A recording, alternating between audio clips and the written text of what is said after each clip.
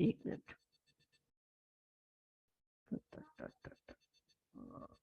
Yes,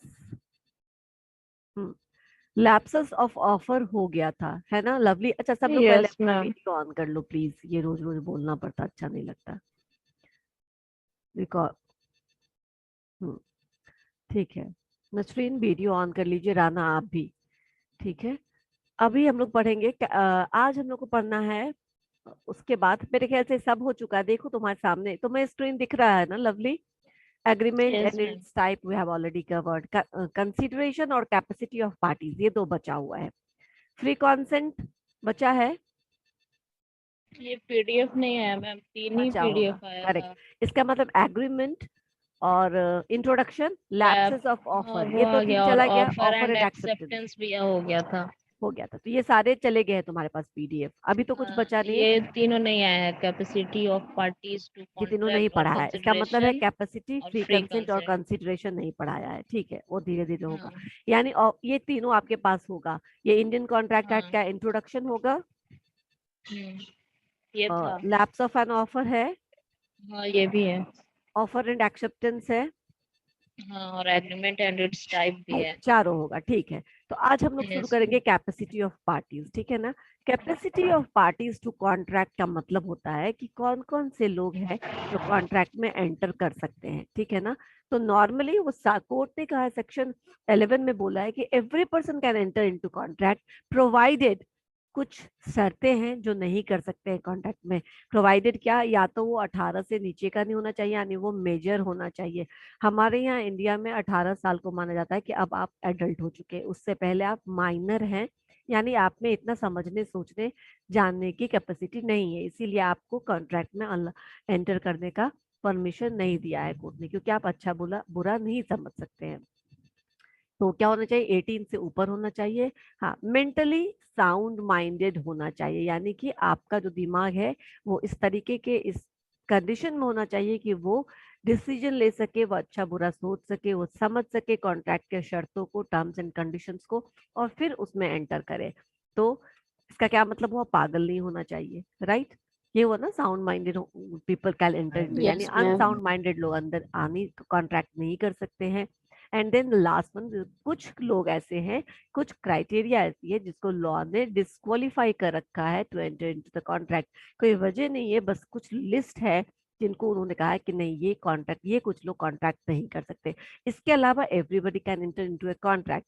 तो अभी देखते हैं, दो तो तुम्हें समझ में आ गया, माइनर जो 18 से नीचे का है, राइट, ये कॉन्ट्रैक्ट में एंटर नहीं कर सकता। लेकिन ये क्या हो सकता है, बेनिफिशियरी हो सकता है, यानी इसके नाम से आप चेक इशू कर सकते हो, प्रॉमिसरी नोट इशू कर सकते हो, ये उस चेक का जो अमाउंट है उसको अपने नाम से उसको ले सकता है, ठीक है, अपने अकाउंट में इसका डिपॉजिट हो सकता है। लेकिन ये क्या हो सकता है, ये लायबल नहीं हो सकता आपसे, आप इससे किसी तरीके का कुछ रिकवर नहीं कर सकते हो, राइट। इसीलिए इसको एंटर नहीं करना है कॉन्ट्रैक्ट पे।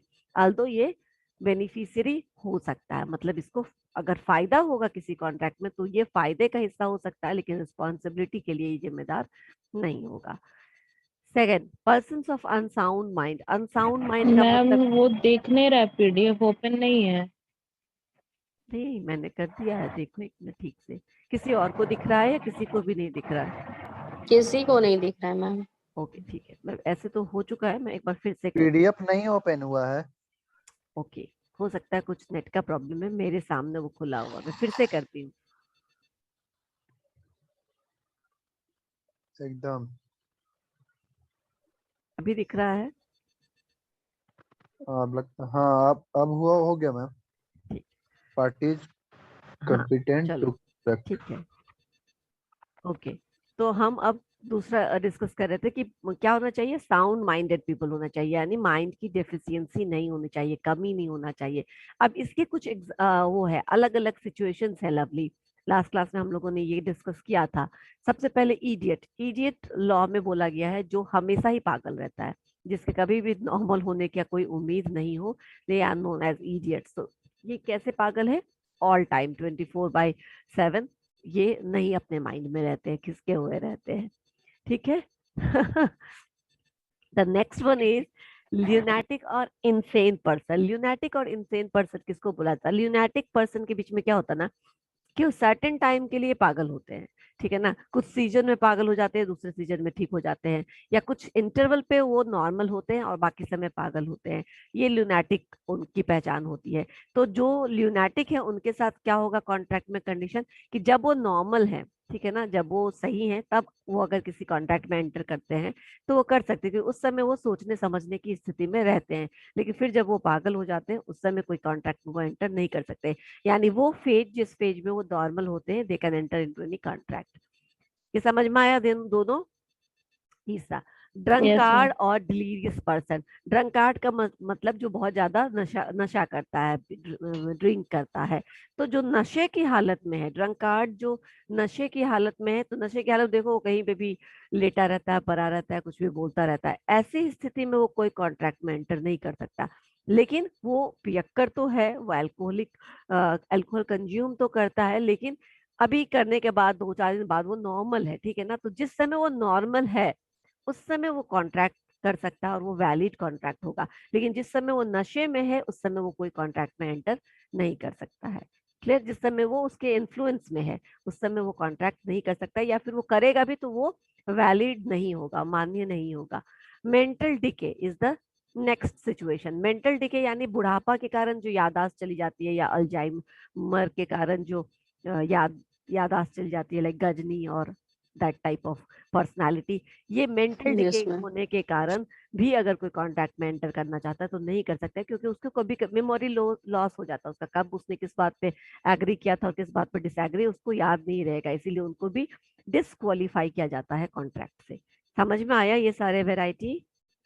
Yes ma'am. गुड।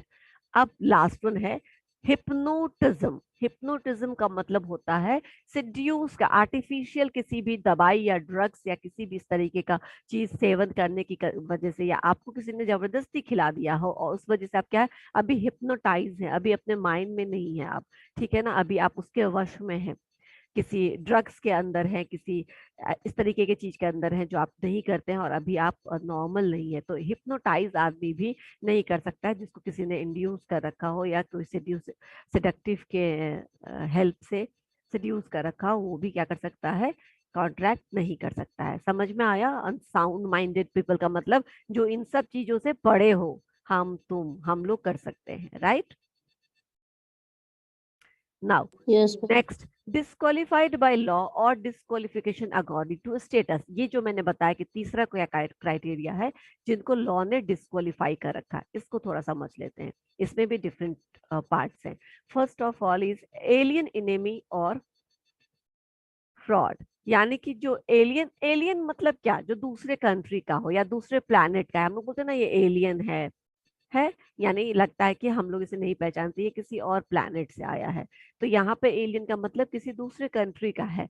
तो दूसरे कंट्री का फ्रेंड भी हो सकता है और एनिमी भी हो सकता है। जब तक वो फ्रेंड है तब तक आप उसके साथ क्या कर सकते हैं, कॉन्ट्रैक्ट कर सकते हैं। लेकिन अगर वो एनिमी है, एनिमी कहने का मतलब अगर उनके देश के साथ हमारे युद्ध हो रहे हैं, ठीक है ना, या फिर बॉर्डर पे तनाव का माहौल है, कभी भी युद्ध हो सकती है, ठीक है, या फिर उनके घर का कोई आदमी उस तरीके के वॉर में इन्वॉल्व है, ठीक है ना, लड़ाई कर रही है, इस सब सिचुएशन में आप किसी एलियन इनेमी के साथ कॉन्ट्रैक्ट नहीं कर सकते हैं। समझ में आया? लेकिन वैसे देश और वैसे नागरिक दूसरे देश के जिनके साथ हमारे अच्छे संबंध है, उनके साथ कॉन्ट्रैक्ट में एंटर किया जा सकता है, क्योंकि वो हमारे फ्रेंड है। क्लियर? पहला पॉइंट। दूसरा, एम्बेसडर्स एंड फॉरेन सॉवरेन्स। एम्बेसडर और फॉरेन सॉवरेन्स का क्या मतलब हो? एम्बेसडर्स होते हैं हर एक कंट्री में उसका प्रतिनिधि बोला जाता है, ठीक है ना, रिप्रेजेंटेटिव होता है जो दूसरे कंट्री में होता है। आप लोग देखेंगे कि यहाँ पे पूरे चाइना का, यूएसए का, भूटान का, जो भी छोटा बड़ा, नेपाल का, जो भी कंट्री है, सबका यहाँ दिल्ली में एम्बेसी है, सुभाष नगर के आसपास, ठीक है। एम्बेसी मतलब उनके ऑफिसेज हैं, ठीक है ना।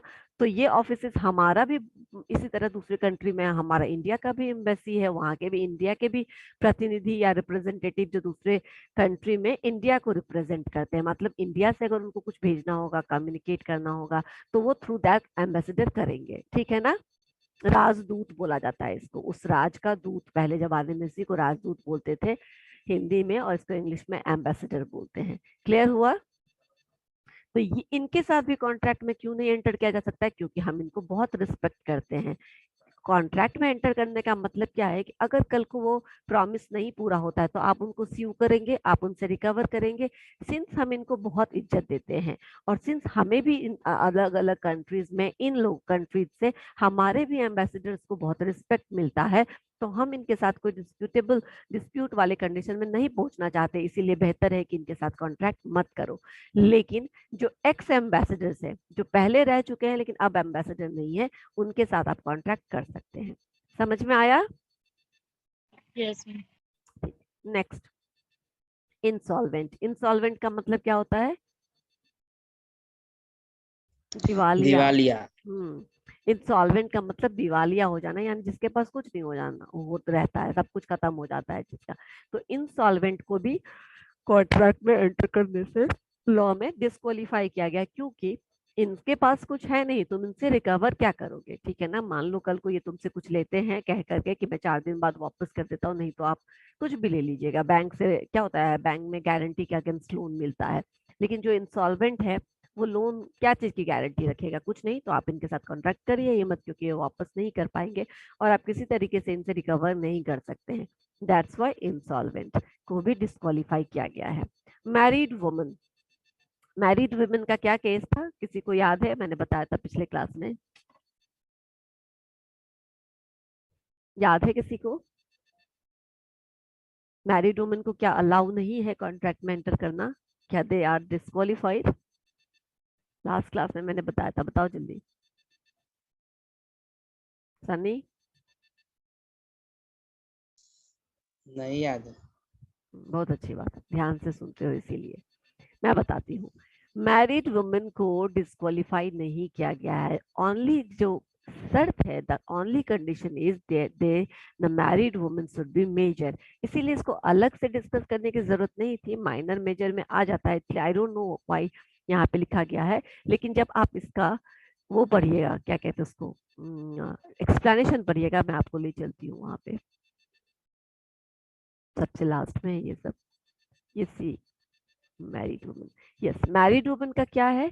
A woman have equal contractual capacity like a man. जैसे एक आदमी के पास कॉन्ट्रैक्ट करने की कैपेसिटी है, वैसे ही एक औरत के पास भी है। अ वुमन मैरिड और unmarried can enter into a contract. वो शादीशुदा है या नहीं है कोई फर्क नहीं पड़ता, वो कॉन्ट्रैक्ट में एंटर कर सकती है इफ सी इज मेजर, अगर वह व्यस्क है, अगर वह एडल्ट है, हैड साउंड माइंडेड, अगर उसका दिमाग सही है, and is not qualified by law, और अगर वो उसको लॉ ने डिस्क्वालीफाई नहीं कर रखा है, तो वो भी जिस तरह से आदमी एंटर कर सकता है कॉन्ट्रैक्ट में, उस तरीके से औरत भी कॉन्ट्रैक्ट में एंटर कर सकती है। समझ में आया? क्लियर? अभी समझ में आया? तो इनको क्या क्यों दिया? They can deal with her own property, वो अपने प्रॉपर्टी के साथ कॉन्ट्रैक्ट कर सकती है। उज्ज्वला कुमारी, यहाँ तो कोई नहीं है लड़की, ठीक है। तो या तो वो अपने प्रॉपर्टी को कॉन्ट्रैक्ट के लिए यूज कर सकती है, या फिर for necessaries of life can place the credit of her husband, ठीक है ना, अपने हस्बैंड से अपने नेसेसरीज ऑफ लाइफ के लिए एंटर कर सकती है, डिमांड कर सकती है, ये सब कुछ कर सकती है। यानी कि अगर वो मेजर है, साउंड माइंडेड है, तो सिर्फ शादीशुदा होने की वजह से ऐसा कुछ नहीं कि वो कॉन्ट्रैक्ट में एंटर नहीं कर सकती है। They can also equally capacity उनके पास भी है कि वो कॉन्ट्रैक्ट में एंटर कर सकती है। तो married women has full contractual capacity and can sue and be sued and she is competent to contract. समझ में आया? इसीलिए मैंने कहा था कि इसको अलग से डिस्कस करने की जरूरत नहीं है, क्योंकि हम एक ही बार में समझ लिए जब माइनर और मेजर का डिफरेंस है, जब साउंड माइंड और अनसाउंड माइंड की बात है, तो ऑब्वियसली उसमें वुमेन भी आती है कि अगर वो माइनर है तो वो नहीं कर सकती है, अगर वो अनसाउंड माइंड की है तो वो नहीं कर सकती है, अदरवाइज तो वो कर ही सकती है। इसलिए अलग से इसको नहीं डिस्कस करना चाहिए था। सिंस बुक में किया गया है तो आई हैव मेंशनड इट कि इसको भी, और लेकिन उनको वो इक्वली कैपेबल हैं, एक मैरिड वुमेन भी कॉन्ट्रैक्ट कर सकती है, प्रोवाइडेड कि वो साउंड माइंड हो और वो मेजर हो। क्लियर? नाउ कन्विक्ट, मैं बाद में जो लिखा है ना वो सब एक्सप्लेन नहीं करूंगी, इसलिए अभी ध्यान में सुन लो, यही सारे मैं एक्सप्लेन कर रही हूँ जो लास्ट में लिखा है। कन्विक्ट का क्या मतलब हुआ? कन्विक्ट मतलब जिस पर कोई सजा, मुकदमा, किसी तरीके का आरोप लगा हुआ है और केस चल रहा है, उस कन्विक्ट, उस तरीके के पर्सन के साथ भी आप किसी कॉन्ट्रैक्ट में एंटर नहीं कर सकते हैं, अनलेस एंड अनटिल या तो वो इनोसेंट प्रूफ हो जाए या फिर वो अपनी सजा काट करके बाहर निकल जाए जेल से, ठीक है ना। दोनों ही कंडीशन में अब वो कॉन्विक्ट नहीं रहा, इसीलिए अब आप उसके साथ कॉन्ट्रैक्ट कर सकते हैं। लेकिन जब तक वो कन्विक्ट है, जब तक उस पर कोई सजा प्रूफ हो गई है या फिर सजा या फिर मुकदमा चल रहा है, तब तक उसके साथ कोई कॉन्ट्रैक्ट नहीं करना है। क्लियर हुआ? समझ में आया? Yes ma'am.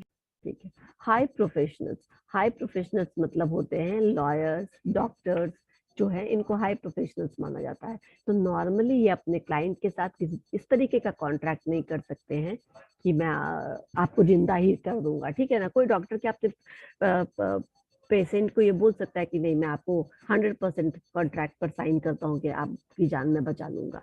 कह सकता है, इवन इफ वो बहुत सारे जाने बचाता है, लेकिन कह सकता है 100% के साथ नहीं। तो वो इस तरीके के कॉन्ट्रैक्ट में एंटर नहीं कर सकता है।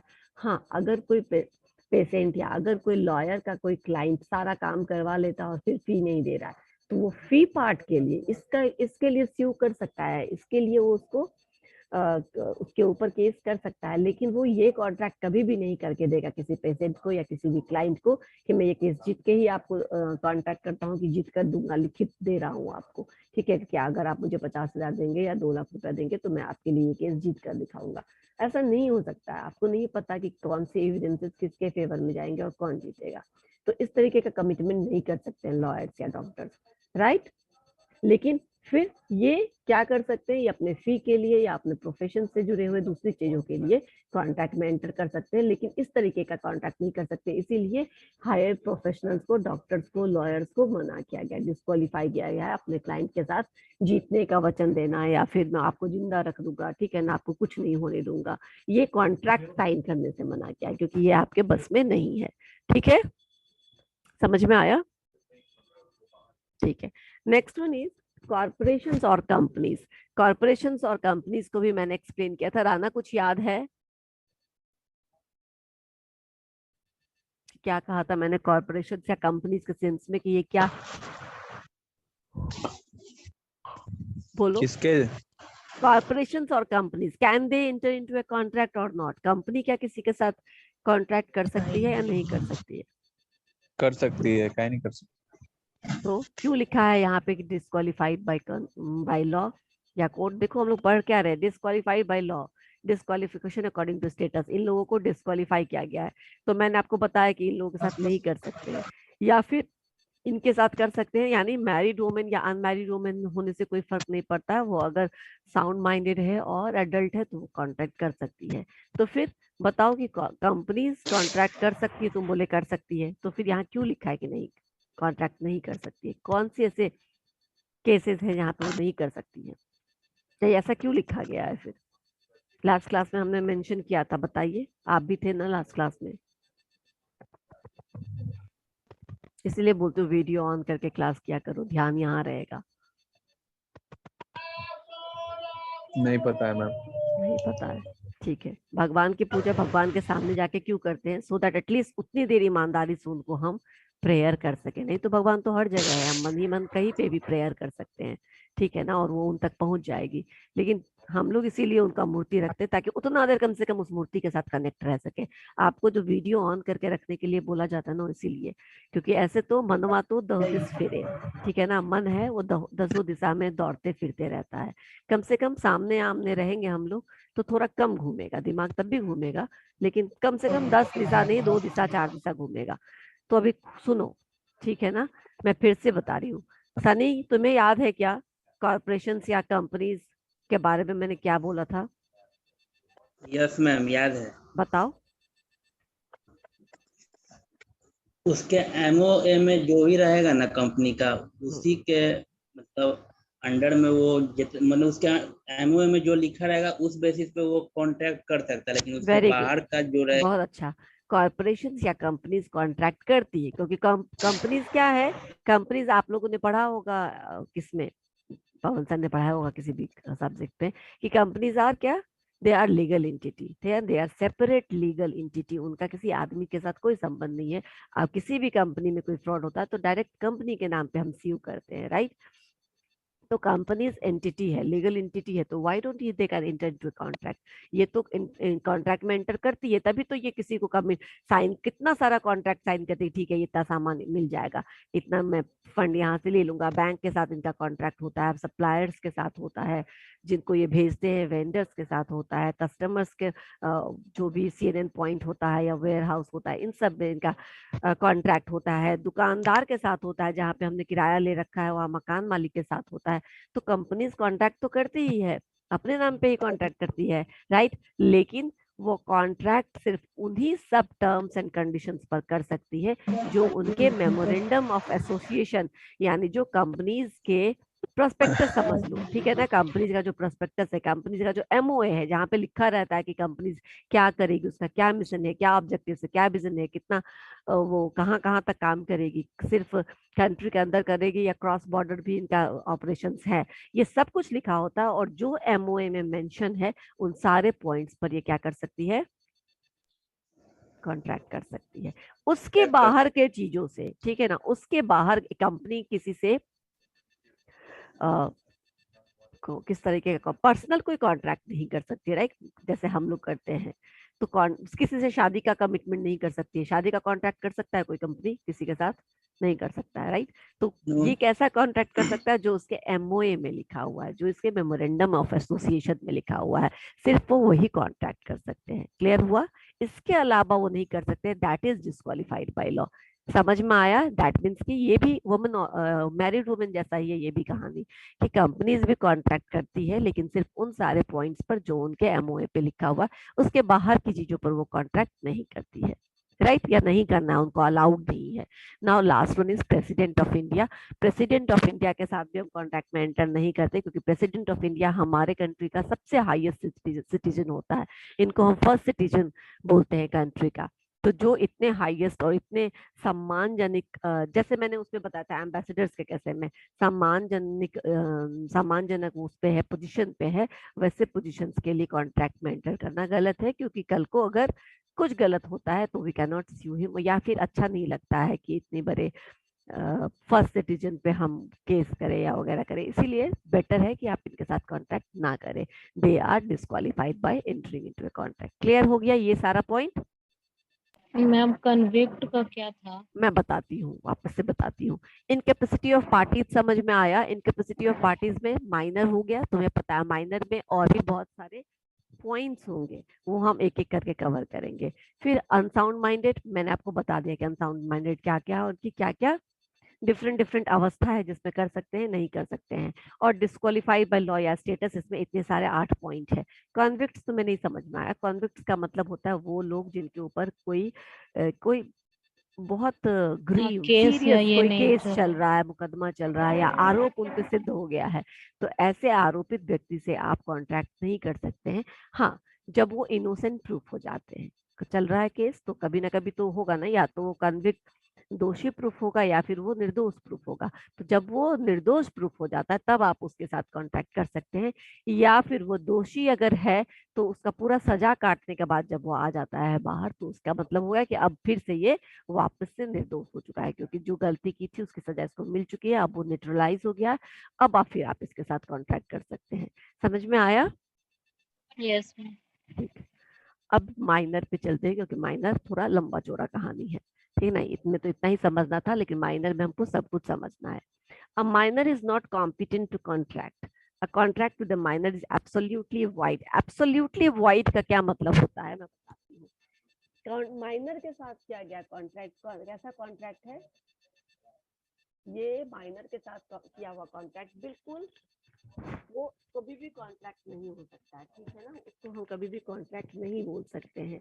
वो एब्सोल्युटली वाइड है, यानी कि वो डिपेंड, देखो मैंने बहुत बार बताया था कि जब हम 2 लोग होते हैं पार्टी में और एक के साथ धोखा हो जाए, या एक को हमने गलत चीज दिखा करके सामान बेच दिया, अब क्या है कि अब ये कॉन्ट्रैक्ट वैलिड, अभी भी ये कॉन्ट्रैक्ट फिर भी वैलिड है, क्योंकि जो एग्रीव पार्टी है जिसका नुकसान हुआ, जब तक उसने इसको रिसिंड नहीं किया, जब तक उसने ये बोला नहीं कोर्ट में जाकर के या कहीं भी जाकर के मेरे साथ धोखा हुआ है और मैं इसको कैंसिल करना चाहता हूँ इस कॉन्ट्रैक्ट को, तब तक तो वो वैलिड ही रहेगा, क्योंकि तब तक दूसरे को पता नहीं चला कि आपके साथ क्या हुआ नहीं हुआ। लेकिन माइनर के साथ किया गया कॉन्ट्रैक्ट, अब अगर पहले वाले केस में जो हम अभी लोग डिस्कस कर रहे थे कि जिसके साथ धोखा हुआ वो अगर जाकर के कोर्ट में बोलता है कि मैं ये नहीं एक्सिक्यूट करने वाला, मेरे साथ गलती हुआ है, मुझे गलत तरीके से मुझसे ये साइन लिया गया, तो क्या हो जाएगा, तब वो जाकर के वॉइड हो जाएगा। अगर वो नहीं बोलेगा तो वैलिड की तरह चलता रहेगा। लेकिन माइनर के साथ कॉन्ट्रैक्ट करेंगे तो माइनर का कॉन्ट्रैक्ट के साथ किया गया कॉन्ट्रैक्ट एब्सोल्युटली वॉइड होता है। इवन इसमें इस पे भी डिपेंड नहीं करता कि माइनर जाके बोले कि मैं चूंकि छोटा हूं और मुझे नहीं समझ में आया, मैंने साइन कर लिया था, अब मैं इसको एग्जीक्यूट नहीं करना चाहता। नहीं, इवन इफ वो नहीं चाहेगा उसको वॉइड करवाना, तब भी वो वॉइड ही रहेगा। यानी अ contract with minor is void एब इनिशियो, शुरू से ही वो वॉइड होता है। वो कभी वो किसी के ऑप्शन पे डिपेंड नहीं करता है, किसी के इच्छा पे डिपेंड नहीं करता है कि मैं चाहूंगा तो उसको सक्सेसफुल करूंगा और मैं उस चाहूंगा तो वो एग्जीक्यूट करूंगा और मैं चाहूंगा तो उसको एग्जीक्यूट नहीं करूंगा। समझ में आया ये या नहीं समझ में आया ये पॉइंट? बोलो। एब्सोल्युटली वॉइड का मतलब समझ में आया? मैं एक एक तुम्हें केस बताती हूँ, आगे आप लोग देखेंगे तो अच्छे से समझ में आएगा, फिर भी अभी बता देती हूँ कि मान लो किसी को मैंने बहुत नया मोबाइल बता करके, सब कुछ एकदम ऊपर से एकदम ठीक ठाक है, सब कुछ चमका चमका के बोला कि एकदम मेरा नया मोबाइल है, तुम ले लो। और काफी मैंने 8,000 पे अपना 10,000 का मोबाइल 2 साल बाद भी बेचा नया बोल करके, और उसको 8,000 9,000 में बेच दिया। तो क्या हुआ, बाद में उसको पता चला, अरे इसका तो स्पीकर खराब है, इसका तो कीबोर्ड खराब है, इसका ये खराब है, इसका वो खराब है। तो क्या हुआ, उसके साथ गलत हुआ। तो जिसके साथ गलत हुआ वो जब तक जाके नहीं बोलेगा तब तक क्या किसी को पता चलने वाला है कि तुम्हारे साथ गलत हुआ? तो तुम जाके बोलोगे कोर्ट में, बोलोगे कि मुझे ये नहीं चाहिए था, इसने मुझे धोखे से ये बेच दिया है, ये मैं वापस देना चाहता हूँ। तो वो वाइड हो जाएगा, वो कैंसिल हो जाएगा, क्योंकि गलती हुआ है तो किसी ने धोखे किया आपके साथ, तो धोखे को तो प्रोटेक्ट नहीं करेगा कोर्ट, तो वो वाइड हो जाएगा। लेकिन इस केस में क्या है, यहाँ पर आपको क्या करना पड़ा, यहाँ पे धोखा के केस में आपको क्या करना पड़ा कि जिसके साथ धोखा हो उसको एटलीस्ट जाकर बोलना पड़ा कि मेरे साथ गलत हुआ है, तब जाकर के वो वाइड हुआ। लेकिन माइनर के केस में इवन इफ माइनर नहीं बोलता है, तब भी अगर कोई कॉन्टैक्ट माइनर के साथ है तो वो एब्सोल्युटली वॉइड होगा। वो माइनर पे डिपेंड नहीं करता कि माइनर उसको कैंसिल कराना चाहता है कि नहीं कराना चाहता है। अब क्लियर हुआ? Yes ma'am. Yes ma'am. ये केस स्टडी है मोहिरी विवी वर्सेस धर्मोदास घोष। मोहिरी विवी वर्सेस धर्मोदास घोष में की क्या कहानी है कि मोहिरी विवी एक लैंडलॉर्ड रहती है, ठीक है ना, नहीं मनी लेंडर रहती है, और धर्मोदास घोष एक माइनर है। ठीक है, देखो इन दिस केस जो माइनर है वो क्या करता है कि मोहरी बीबी से 20,000 रुपया लोन पे लेता है, ठीक है ना, वो 8,000 लोन पे लेता है और कुछ 20,000 के सम टोटल का कुछ चीज मॉर्गेज के लिए रखता है मनी लेंडर के पास। सब समझ में आया? 8,000 रुपया लोन लेता है, मॉर्गेज यानी कि गिरवी पे कुछ रख करके वो 8,000 रुपया लेता है। 20,000 तक का उसको लेना था, जिसमें 8,000 वो पहली बार लेता है, बाकी का जो 12,000 है वो बाद में ले लेता है लैटर ऑन। लेकिन उसको वो पैसा वापस नहीं दे रहा था फिर। तो क्या किया मोहिरी बीबी ने उसको स्यू किया कि आप मुझे 8,000 मेरा वापस कर दीजिए जो आपने लिया है।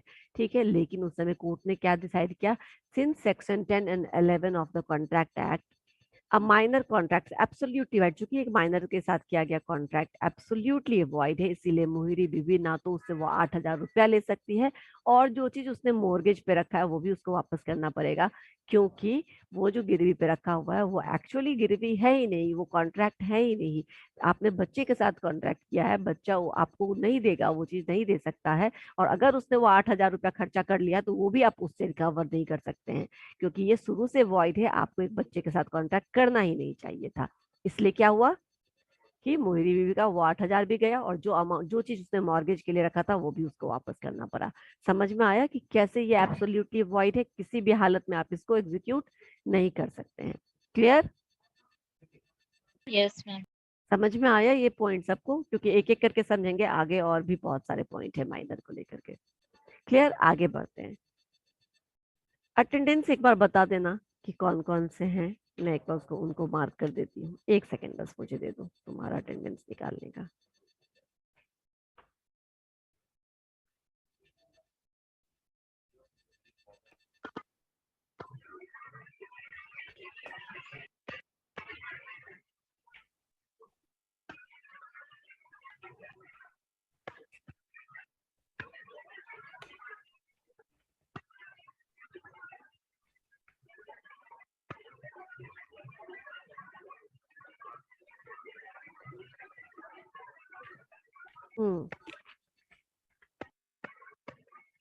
हाँ, आबिद है क्या?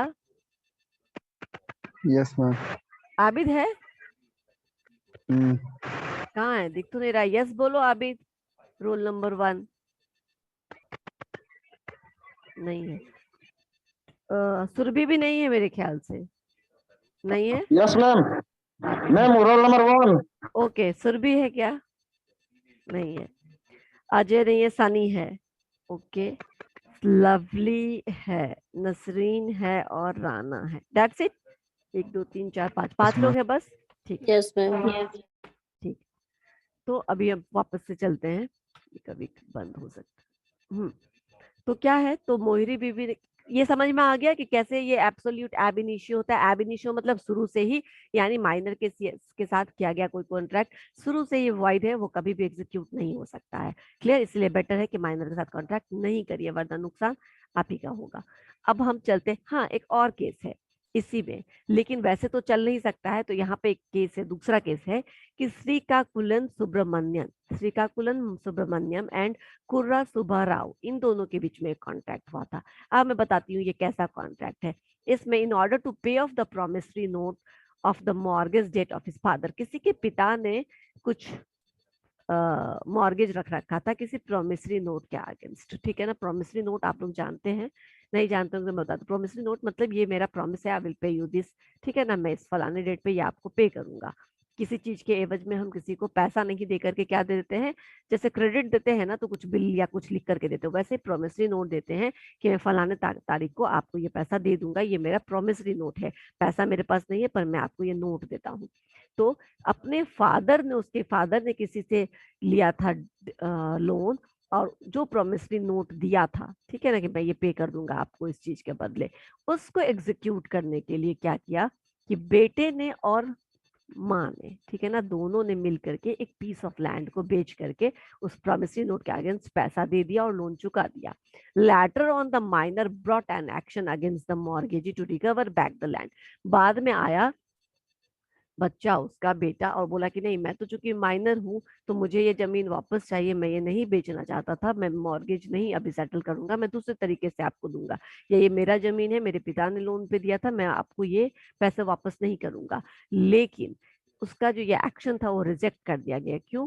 On the ground of the sale of the land was valid. जो सेल ऑफ लैंड किया था उसने अपने प्रोमिसरी नोट को सेटल करने के लिए, वो क्यों वैलिड हो गया? क्योंकि उसमें उसके साथ साथ उसकी माँ भी थी इन्वॉल्व। ठीक है ना? तो अगर कोई पेरेंट इन्वॉल्व रहेगा तो वो माइनर के बिहाफ में तो वो एग्जीक्यूट हो जाएगा, क्योंकि उसका पेरेंट तो उसका समझ सकता है ना, सोच समझ के डिसीजन लेगा। तो चूंकि उसकी माँ उसमें इन्वॉल्व थी, इसीलिए वो क्या हुआ, रिजेक्ट हो गया उसका इस माइनर के ग्राउंड पर। जो बोला था मुझे मेरा लैंड वापस चाहिए, वो उसको नहीं मिला। क्लियर? समझ में आया दोनों कहानी? अगर पेरेंट अब माइनर के साथ जुड़ा हुआ है तो फिर वो एग्जीक्यूट होगा, लेकिन अगर नहीं जुड़ा हुआ तो फिर वो वाइड होगा। और अगर माइनर को उसमें फायदा भी हो रहा है तो हो सकता है, लेकिन दूसरा पार्टी उससे कुछ ले नहीं सकता है। क्लियर? ये पॉइंट क्लियर हुआ? Yes ma'am. ठीक है। Yes ma'am. सेकेंड पॉइंट है, माइनर कैन बी प्रोमिसी और बेनिफिशियरी। जो मैंने अभी आपको पहले ही बताया था कि जो माइनर है वो क्या हो सकता है, वो बेनिफिशियरी या प्रोमिसी हो सकता है, यानी उसको अगर कुछ फायदा मिल रहा है। आप लोग देखते हो ना, आप लोग जब कॉलेज में रहते हो या कहीं पे भी पढ़ते हो, स्कॉलरशिप मिलता है तो आपको चेक काट करके मिलता है। क्या वो चेक वैलिड होता है या नहीं होता है? क्या कोई माइनर के नाम से चेक इशू कर सकता है या नहीं कर सकता है? कर सकता है, राइट? आपको आपके नाम से स्कॉलरशिप मिलता है चेक के थ्रू। Yes ma'am. हाँ, तो एक माइनर जो है वो प्रोमिसी या बेनिफिशियरी हो सकता है। अगर किसी कॉन्ट्रैक्ट में उसको फायदा हो रहा है तो वो फायदा हो सकता है, उसके नाम वो पेई, वो प्रोमिसी नोट को एक्सेप्ट कर सकता है और उसको एग्जीक्यूट कर सकता है, लेकिन वो क्या हो सकता, नहीं हो सकता, वो इंडोर्स ही नहीं हो सकता, वो किसी को चेक काट के दे नहीं सकता है। क्लियर? समझ में आया? He can derive Yes, ma'am. Benefits from the contract. Contract से अगर कुछ फायदा हो रहा है तो उसको वो मिल सकता है, लेकिन वो किसी को दे नहीं सकता। मैं एक एग्जांपल बताती हूँ। सपोज करो, आगे बढ़ेंगे हम, उस पे भी आएंगे, पार्टनरशिप वाले पे भी आएंगे, लेकिन अभी थोड़ा और समझा देती हूँ तुम्हें कि सपोज करो कोई पार्टनरशिप फर्म है और जो पार्टनर था, सपोज करो वो बीमार हो गया, एक्सीडेंट हो गया या गुजर गया किसी तरीके से, तो उसका बहुत छोटा बच्चा है, राइट। अगर उस पार्टनर को कुछ डेट वापस करना पड़ेगा तो क्या वो बच्चा कर पाएगा? मान लो कुछ रकम जमा करनी है कंपनी में, तो क्या वो बच्चे से तुम रिकवर कर सकते हो? 8 साल, 10 साल, 15 साल का नहीं। बच्चा है, नहीं कर नो सकते। मैम। लेकिन अगर उस पार्टनरशिप में फायदा हुआ है और जो पार्टनर गुजर गया उसको भी 2-3 लाख मिलना था, तो क्या आप उस बच्चे के नाम से उसको दे सकते हैं? दे सकते हैं। समझ में आया? वो उसको वापस करेंगे Yes. क्योंकि उस पे उसका हक है, उसके फादर ने वो अर्न किया था। आप समझ में आया? तो माइनर को किसी कॉन्ट्रैक्ट में अगर बेनिफिट हो रहा है तो वो बेनिफिट अवेल कर सकता है, लेकिन वो इंटाइटल्ड नहीं होगा, रिस्पॉन्सिबल नहीं होगा किसी तरीके का प्रॉब्लम का या लोन का सेटलमेंट आप उससे डायरेक्टली नहीं कर सकते हैं। ठीक है, समझ में आया? नाउ सेकंड, हाँ एक केस है, इसमें देख लो।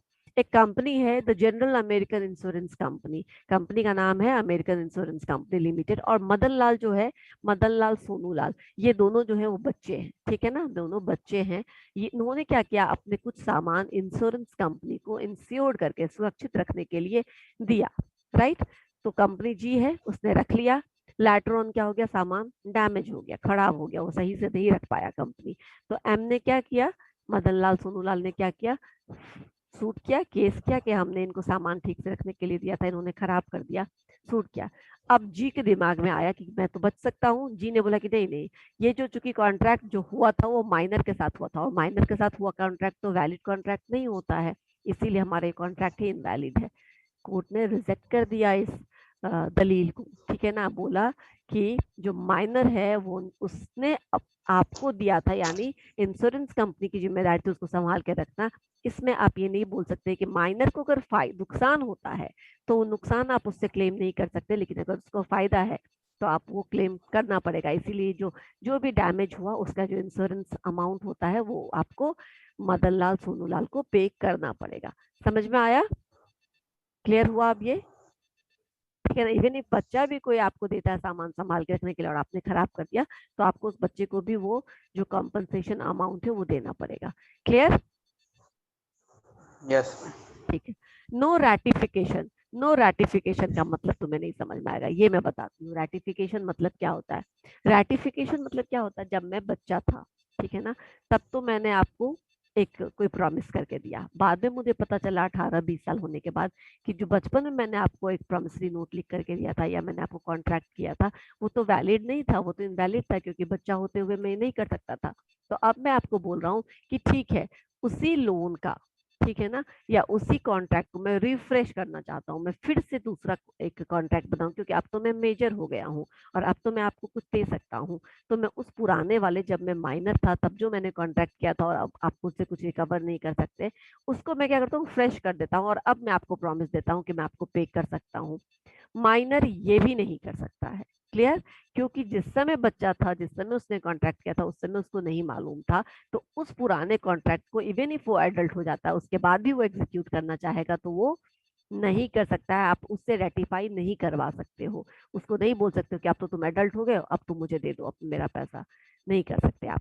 Ratification mean subsequently authorising an act, यानी पहले जो मैंने काम किया था उसको अब मैं क्या कर रहा हूँ, सही करने की कोशिश कर रहा हूँ, ऑथराइज करने की कोशिश कर रहा हूँ। A minors agreement can not be ratified, यानी माइनर के द्वारा दिया गया वचन इवन इफ वो एडल्ट हो जाता है तो भी आप उसको पूरा करने के लिए मजबूर नहीं कर सकते हैं। Clear? A minor can not ratify the agreement, minor को कोई भी एग्रीमेंट को रेटिफाई नहीं कर सकता, मतलब बाद में भी इसको ठीक नहीं कर सकता, फ्रेश नहीं कर सकता, इवन इफ वो मेजोरिटी का एज अटेन कर लेता है, क्योंकि वो एग्रीमेंट शुरू से वाइड है। जब हुआ तभी नहीं एग्रीमेंट था तो अब कैसे वो उसको एग्जीक्यूट कर लेगा? समझ में आया? जब ये कॉन्ट्रैक्ट किया था तभी वो वैलिड नहीं था, तो अभी कैसे वैलिड हो जाएगा? इसीलिए उसको रेटिफाई करने का भी नहीं है,